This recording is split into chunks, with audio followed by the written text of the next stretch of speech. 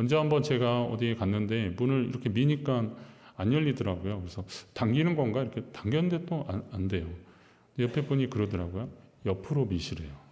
그래서 아니, 원래 이렇게 옆으로 미는 분들은 손잡이가 좀 다르잖아요. 근데 그건 이렇게 미는 것 같은데 손잡이가 좀 이상했어요. 그런데 하여튼 밀어도 안 되고 당겨도 안 되는데 옆으로 하더라고요.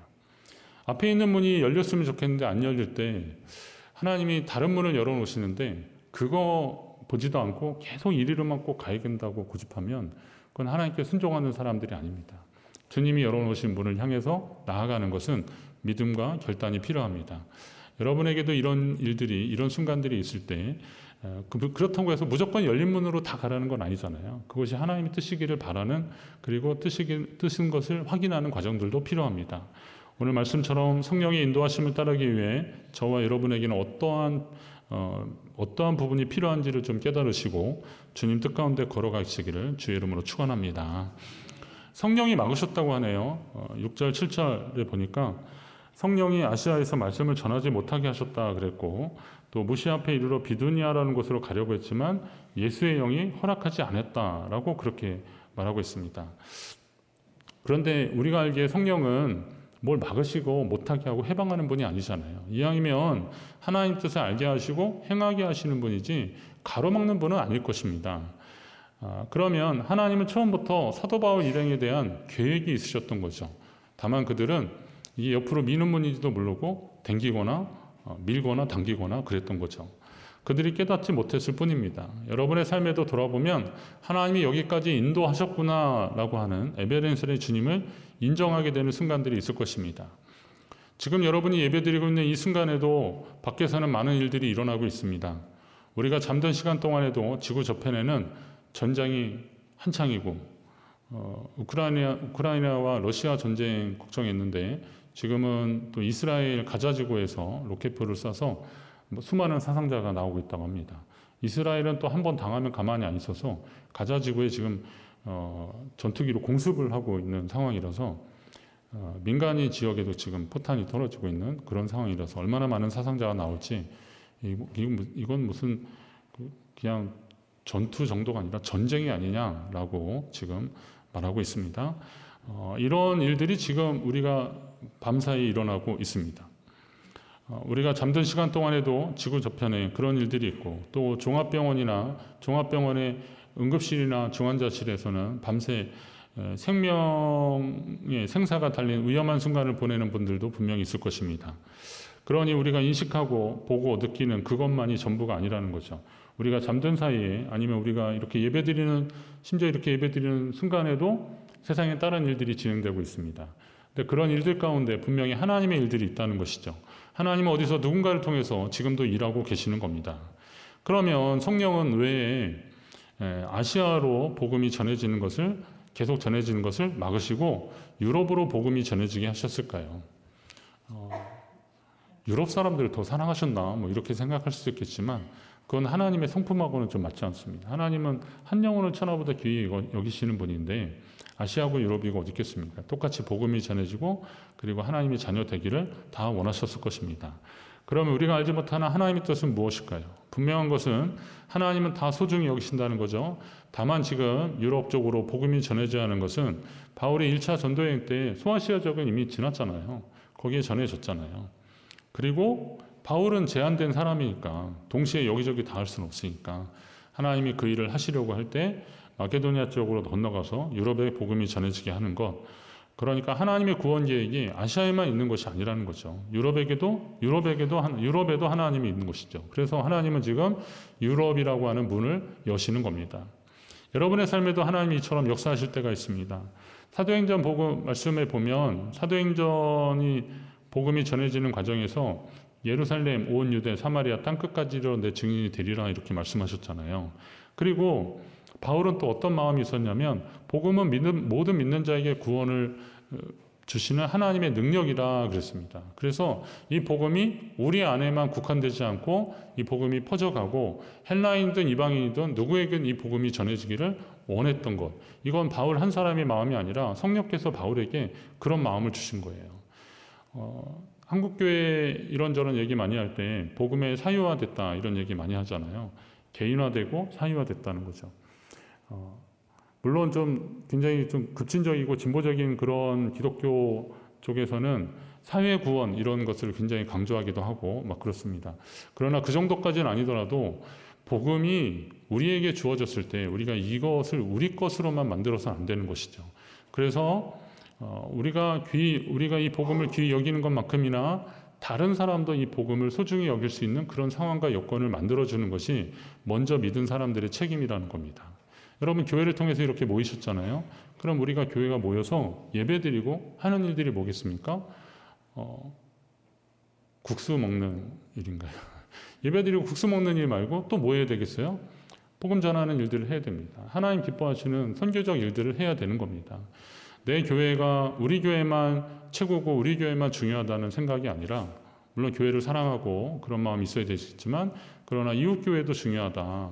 그리고 하나님이 세우신 모든 교회들이 다 중요하다. 이런 마음을 가져야 됩니다. 우리가 할 수 있으면 또 돕는 일들도 해야 됩니다. 특별히 선교적 차원에서 해외에 있는 교회들을 돕는 일들을 하고 있는 것도 참 귀한 일들입니다. 왜냐하면 그쪽은 절대적인 빈곤이나 여러 가지 어려운 상황으로 복음을 마음껏 전하지 못하는 상황들이 있고 또 성도들이 가난하고 어렵고 힘들어서 교회가 하려고 하는 일들을 잘 못하는 경우들이 참 많이 있습니다. 서남아시아 지역의 어느 지역에 갔더니 거기 성도가 한 500명 되는 교회, 아주 굉장히 큰 교회더라고요. 그런데 그런 교회의 사역자의 생활비를 선교사님들이 이렇게 모아진 후원금으로 전달을 하고 있어요. 그래서 제가 이 성도가 500명인데 재정이 이게 자립이 안 돼요. 그랬더니 이 상황이 그렇다는 거예요. 어렵다는 거예요. 성도들은 굉장히 헌신적이래요. 예배를 드리면 막 2시간, 3시간씩 드리고 그리고 찬양하고 기도하면 굉장히 뜨겁습니다. 말씀을 전하면은 이게 번역을 해서 통역을 해서 전하는데도요 얼마나 은혜를 받는지 막 기도하기 시작하면 막 입신 들어가고 막 그런 성도들 많이 있고 또 어떤 성도들은 고백을 하는 거 보면 정말 주님을 만난 사람들의 고백을 하고 그렇습니다. 그런데 지역 자체가 어렵고 힘드니까 이분들이 하나님 앞에 드리려도 드릴 수 있는 게 없어요. 그러면 이래가지고 일당이 나오고 이런 수입이 얻어지는 거 얼마나 감사한 일이겠습니까? 근데 일단 일할 자리가 없고 그런 허드렛 일을 해도 식구들이 많으니까 그 식구들 먹으려면 남는 게 없는 그런 상황들입니다. 이런 상황에서 헌금이 어려우니까 결국 그 교회가 유지가 되고 그러려면 이런 외부적인 도움이 필요한 겁니다. 저희 교회에서 후원하는 것 중에 라오부족 선교회라는 것이 있습니다. 제가 가끔 말씀을 드리는데 이 라오부족은 태국, 미얀마, 라오스 이렇게 접경 지역에 산에 살고 있는 그런 부족인데요. 이 사람들은 소위 말하는 그 사회에서 약간 마이너리티, 그러니까 주류에 편입하지 못하는 그런 사람들입니다. 그러다 보니까 호적도 안 나와요. 우리로 말하면 출생신고할 수 있는 그런 곳도 없어요. 그런 곳입니다. 그래서 여기에서 사람들이 사니까 그 사람들은 그냥 화전하고 또 예전에 뭐 호랑이도 잡았다 그러더라고요. 짐승 사냥하고 그래서 그냥 돼지 키우고 닭 키우고 그래서 산에서 그냥 사는 사람들입니다. 오늘 선교사님이 거기 가보니까 그들의 삶이 너무 안타깝고 이들에게 복음을 전해야 되는데 워낙 그런 삶에 익숙해지니까 복음이 들어갈 틈이 없는 거예요. 선교사님이 애쓰다가 결국은 그 사람들한테 그런 얘기를 하는 거죠. 당신들은 이렇게 살고 있지만 자녀들은 그래도 공부를 하고 또 나은 세상에서 살기를 원하지 않느냐. 그랬더니 그렇다는 거죠. 그럼 이 아이들을 우리한테 맡겨주면 우리가 이 아이들을 먹여주고 재워주고 학교 보내고 그리고 공부를 시키겠다. 그러니까 이 아이들을 우리한테 맡겨달라 그런 겁니다. 신뢰를 할 만한 여러 가지 사건들이 있었겠죠. 그래서 그분들이 믿고 그 아이들을 이제 맡아서 어린이집, 어린이센터 이런 형태로 해서 하고 그리고 중고등학교, 대학교를 보내고 그리고 그중에 헌신된 사람들은 신학교에서 공부를 시켜서 그 교회를 담임하게 하는 그런 일들을 하게 했던 겁니다. 그런 일을 위해서 라오부족 선교회를 지금 우리가 후원하고 있습니다. 그 일을 시작하는 선교사님들이 그런 얘기 하시더라고요. 당신들은 한 3, 40년부터 이 일을 시작해서 자기들이 이런 일을 한다 그러면 많은 분들이 선교사 개인에 대해서는 후원을 하지만 그러나 자기들이 은퇴할 시기가 좀 어떤 분은 벌써 은퇴하셨고 그런데 은퇴할 시기가 됐는데 이 시기에 이 사람들이 계속 이 일들을 하려면 후임 선교사님들도 어렵고 그러니까 사람이 아니라 그 부족 자체를 도와주는 그런 일 좀 해달라고 해서 그 일을 시작한 겁니다. 이번에 오시는 임성원 목사님도 그 일을 지금 거의 주도적으로 하고 계시는 일인데요. 그런 일들을 하고 있는 겁니다. 이런 일들은 우리 교회도 하나님의 은혜를 입었는데 그곳에 세워진 사람들, 그곳에 있는 사람들이 하나님의 말씀을 듣고 구원받은 백성이 되어서 교회를 만드는 일들을 지금 하고 있는 거죠. 구원받은 역사가 계속 일어나는 것. 하나님은 모든 민족, 모든 나라의 복음이 전해지길 원하고 모든 하나님의 백성들이 모인 교회가 부흥하기를 원하는 겁니다. 춘천 중앙교회만 부흥하기를 원하는 것이 아니라 주의 이름으로 모인 그곳이 부흥하기를 원하는 겁니다. 그러면 아까 같은 그런 한계가 있는데 그럼 우리가 어떻게 해야 됩니까? 그들을 돕는 일들을 해야 되는 겁니다. 선교는 바로 그런 일들인 것입니다. 그러면 이제 9절에 마게도냐 사람 하나가 환상 가운데 바울에게 나타나서 마게도냐로 건너와서 우리를 도우라라고 그렇게 요청을 합니다. 사실 마게도냐 사람이 누군지도 이름도 잘 모르잖아요. 그런데 건너와서 우리를 도우라 요청합니다. 예로부터 꿈과 환상은 하나님이 주로 사용하시는 계시의 수단이었습니다. 그런데 잘 보시면 성경에 보면 꿈은 어떤 사람들이 나타났냐면 애굽의 바로왕이나 블레셋의 아비멜렉 이런 사람들에게 나타났어요. 꿈을 보여주셨어요. 이것은 하나님을 잘 모르는 사람들입니다.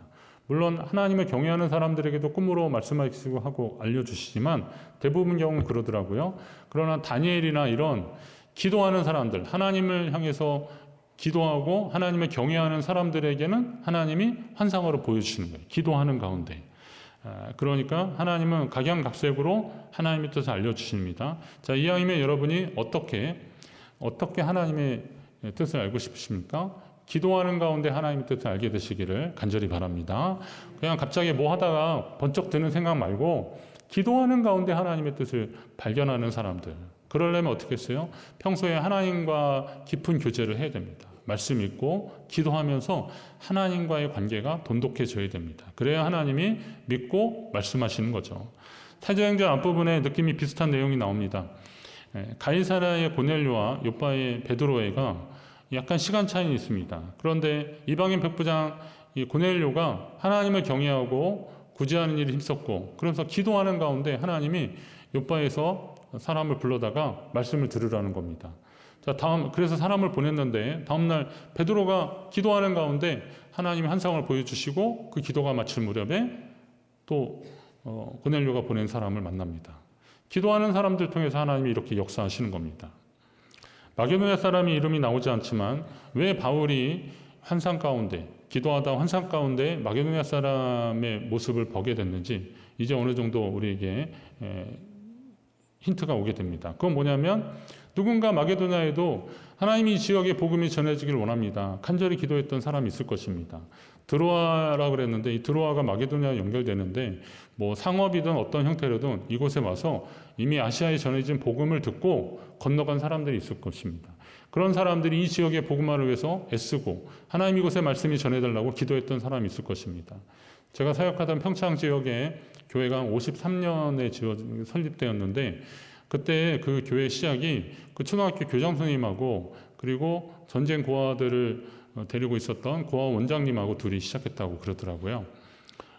그 당시는 지금은 도로가 발전이 돼서 강릉이든 원주든 다 출퇴근하는데 선생님들이 당시로서는 뭐 강릉 선생님이셨는데 대관령길을 어떻게 내려가요? 그러니까 방학 때나 가고 그러니까 이분이 예수를 믿는 분인데 올라와서 보니까 이 상황이 뭐 산을 하나 넘어가야 교회가 있고 그러니까 여기서 간절히 기도한 거죠. 하나님 이곳에 교회가 세워지길 위해서 기도한 거예요. 그런데 마침 고아원이 그쪽에 들어오면서 원장님하고 만나서 그러면 우리가 여기서 예배를 드리자. 마침 우리 교단 아주 유명한 이성복 목사님이라고 부흥사 목사님 계신데 그 순회에 부흥할 때 그쪽 지역에서 은혜를 받은 사람들이 또 모이고 그래서 교회가 자연스럽게 이어졌답니다. 60년대에 제가 그 교회 사진을 봤는데 그때는 왜 애들 머리를 다 빡빡머리로 깎았는지 모르겠어요. 근데 여름 성경학교 하는데 정말 꽉 찼더라고요. 그 시골에 그렇게 모였더라고요. 기적이에요, 기적. 그런데 그렇게 간절히 기도했던 그런 분들의 기도를 하나님이 들으시는 거죠. 오늘 우리가 하나님 안에서 합당한 뜻을 정하고 믿음으로 기도할 때 사람이 붙여주실 것입니다. 이를 행하시는 여호와 그것을 만들며 성취하시는 여호와 그의 이름은 여호와라는 이가 이르시되 뭐라 그래요? 너는 내게 부르짖으라 내가 내게 응답하겠고 내가 알지 못하는 그 은밀한 일을 내게 보이리라. 보일이라 이건 뭐예요? 응답하시겠다는 겁니다. 하나님은 기도하는 사람들에게 응답하십니다. 당연합니다. 이왕이면 기도하는 사람들에게 하나님이 보여주길 원하십니다. 여러분도 기도하는 가운데 하나님의 역사를 체험하시기를 주의 이름으로 축원합니다. 성경의 대부분은 사실적 기록입니다. 물론 특정한 부분에는 문학적 표현 형식이 있습니다. 그래서 구약에 보면 모세오경 있고, 그리고 역사서, 시가서, 그리고 예언서 그렇게 나옵니다. 이게 이제 큰 분류를 하는 방법입니다. 근데 신약에는 복음서, 그리고 역사서, 서신서, 요한계시록을 이제 묵시록, 그렇게 계시록 그렇게 하거든요. 구분을 하는데 시가서라면 욥기, 시편, 잠언, 전도서 이런 정도를 말하는데, 이런 책들은 좀 문학적 표현 형식을 많이 이용하기도 합니다. 그러나 그럼에도 불구하고 그것은 사실적 내용을 기반으로 한 기록들입니다. 신약 성경은 특히나 그렇습니다. 복음서는 예수님의 행적을 기록한 책이고, 그리고 사도행전은 예수님이 부활 승천하신 후에 제자들이 사역했던 것들을 기록한 책입니다. 복음이 어떻게 퍼져갔는지, 그리고 서신서들은 그런 과정에서 주고받았던 편지들을 정리한 것이 서신서입니다.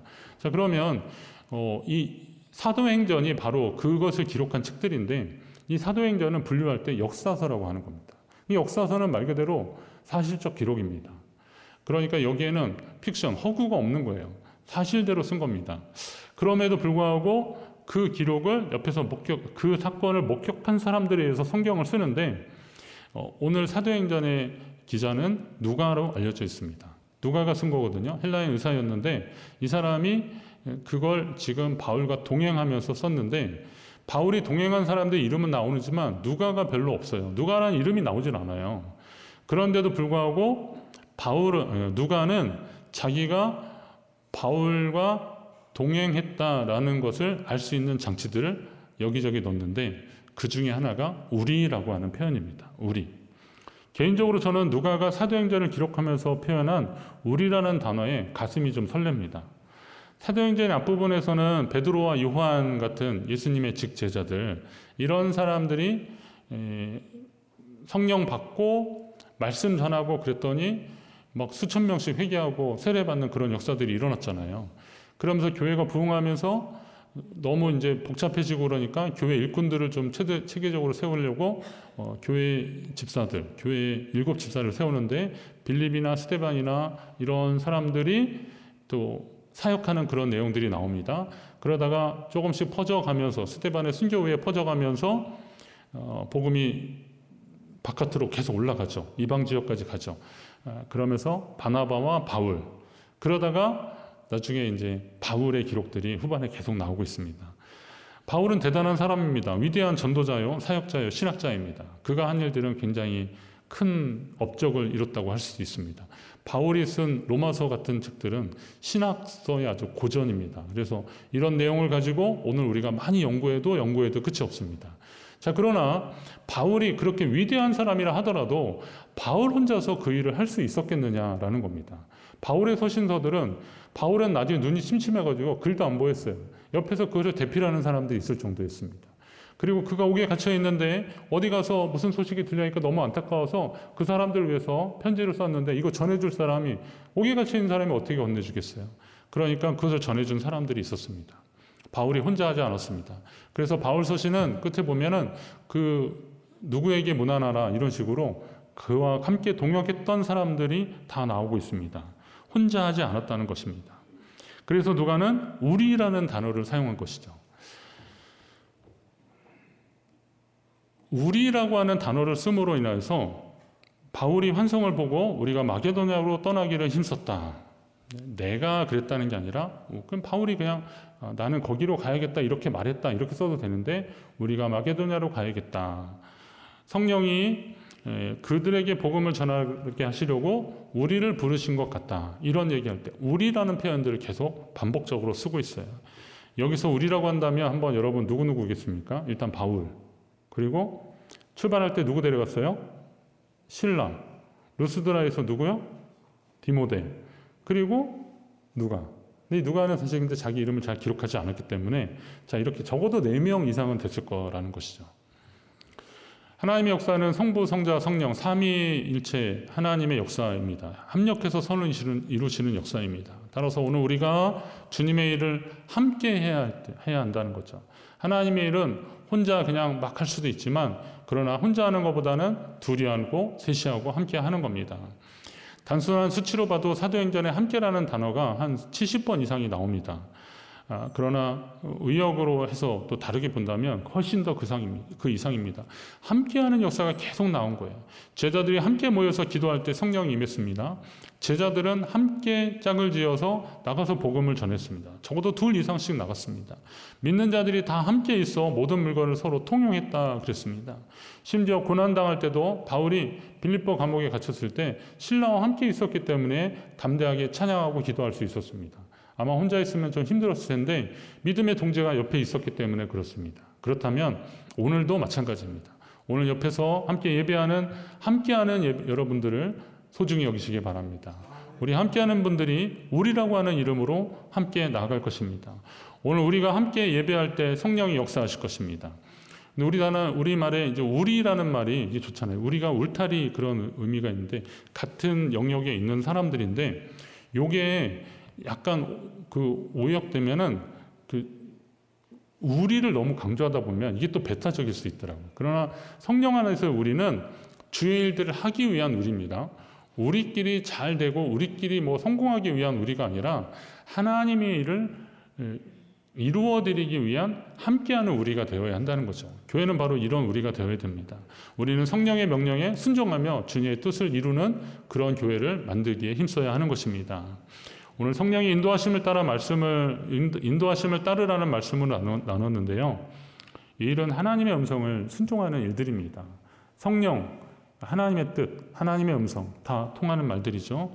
이 부분에 대해서는 제가 한번 더 자세하게 말씀을 나누고 싶습니다. 분명한 것은 하나님의 음성을 듣기 위해서는 당연히 겸손한 가운데 더 깊은 믿음의 단계로 나아가야 가능합니다. 그러면서 하나님의 음성과 자기 음성과 사탄의 음성을 분간할 줄 알아야 됩니다. 아주 고전책이 있습니다. 조이 도슨이라는 분이 쓴 책에 하나님의 음성을 듣는 법이라는 책에 보면 그거 있어요. 3가지 음성이 있다는 거죠. 하나님의 음성이 있고 자기 음성이 있고 사탄의 음성이 있는 거죠. 그런데 이것을 어떻게 분별하느냐 이게 지혜인 겁니다. 믿음의 사람들은 하나님과 더 깊은 교제를 통해서 하나님의 음성을 분별할 줄 알아야 된다는 거죠. 그러나 자기 고집, 자기 생각 이것도 분명히 있는데 사탄은 이 자기 고집은 하나님께 복종시키면 되는데 이 사탄은 우리로 하여금 그렇게 함으로 인해서 우리 인생을 그르치고 하나님과 멀어지게 하는데 어떤 전략이 있냐면 대표적인 게 그런 거더라고요. 급하고 또 너무 강하게 그렇게 우리로 하여금 촉박하게 결단을 내려야 되는 그런 순간을 막 만들어 버린다는 거예요. 그러다 보니까 하나님께 더 여쭙지 않고 기도하지 않는 가운데 그런 일들을 해버렸다는 겁니다. 에서와 야곱 얘기 때 그 팥죽 한 그릇에 그랬다는데 사단은 에서에게 그랬을 겁니다. 야, 배고픈데 네가 무슨 장자권이 무슨 소용이 있어. 여러분 그거 야곱이 에서의 장자권을 빼앗았다고 생각하시면 안 됩니다.